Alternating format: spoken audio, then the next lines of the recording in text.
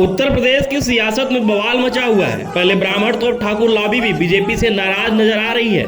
सुवर्णों का कहना है कि बीजेपी अन्याय कर रही है। असल में पूर्वांचल के बाहुबली धनंजय सिंह को अपहरण और रंगदारी मामले में एमपी एमएलए कोर्ट ने 7 साल की सजा सुनाई है। धनंजय सिंह लोकसभा चुनाव लड़ने की तैयारी कर रहे थे, लेकिन कोर्ट के इस फैसले ने उन्हें करारा झटका दे दिया है।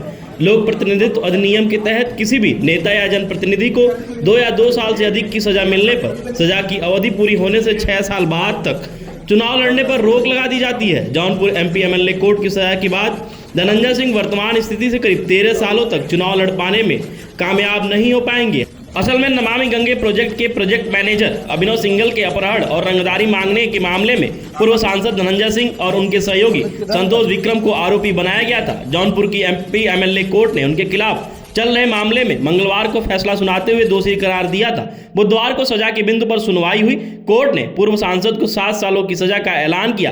धनंजय सिंह के खिलाफ 4 साल पहले नमामि गंगे प्रोजेक्ट मैनेजर के अपहरण रंगदारी का मामला दर्ज हुआ था। मंगलवार को दोषी करार दिए जाने के बाद पूर्व सांसद को कोर्ट परिसर से ही जेल भेज दिया गया। मुजफ्फरपुर के रहने वाले नमामि गंगे प्रोजेक्ट के मैनेजर अभिनव सिंघल ने 10 मई 2020 को लाइन बाजार थाने में अपहरण, रंगदारी मांगने, षड्यंत्र, गाली देने और अन्य धाराओं में केस दर्ज कराया था। इस केस में धनंजय सिंह, उनके साथी संतोष विक्रम और 2 अन्य को आरोपी बनाया गया था। प्रोजेक्ट मैनेजर ने आरोप लगाया था कि संतोष विक्रम ने 2 लोगों के साथ मिलकर पहले उनका अपहरण किया, इसके बाद पूर्व सांसद धनंजय सिंह के आवास पर लेकर गए।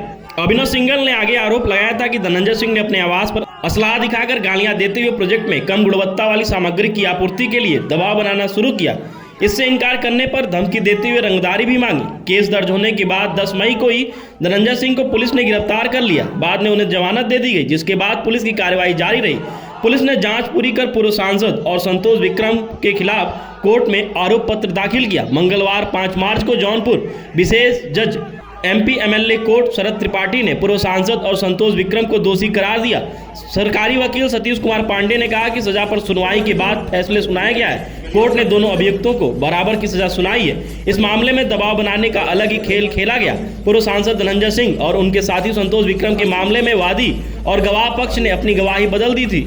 उन्होंने पूर्व सांसद को दोषी नहीं बनाया था। हालांकि पुलिस की मजबूत जांच और सबूतों के आधार पर दोनों आरोपियों के खिलाफ कोर्ट में सुनवाई हुई है। कोर्ट ने पहले दोनों को दोषी ठहराया, अब 7 साल की सजा का ऐलान कर दिया।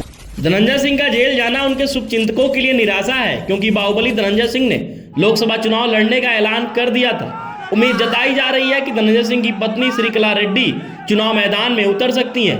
धनंजय सिंह का जेल जाना पूर्वांचल में बीजेपी के लिए चुनाव चुनौतीपूर्ण होना लाजमी है। ठाकरों की नाराजगी को बीजेपी किस तरह शांत करती है, ये तो वक्त बताएगा। फिलहाल सियासत के गलियारों में बाहुबली की चर्चा 7वें आसमान पर है।